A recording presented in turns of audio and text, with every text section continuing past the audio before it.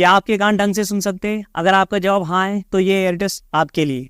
आपको सिर्फ इतना देखना है कि आपको आवाज़ कौन से नंबर तक आती है। तो 3 की गिनती पे शुरू करते हैं। 3, 2 एंड 1।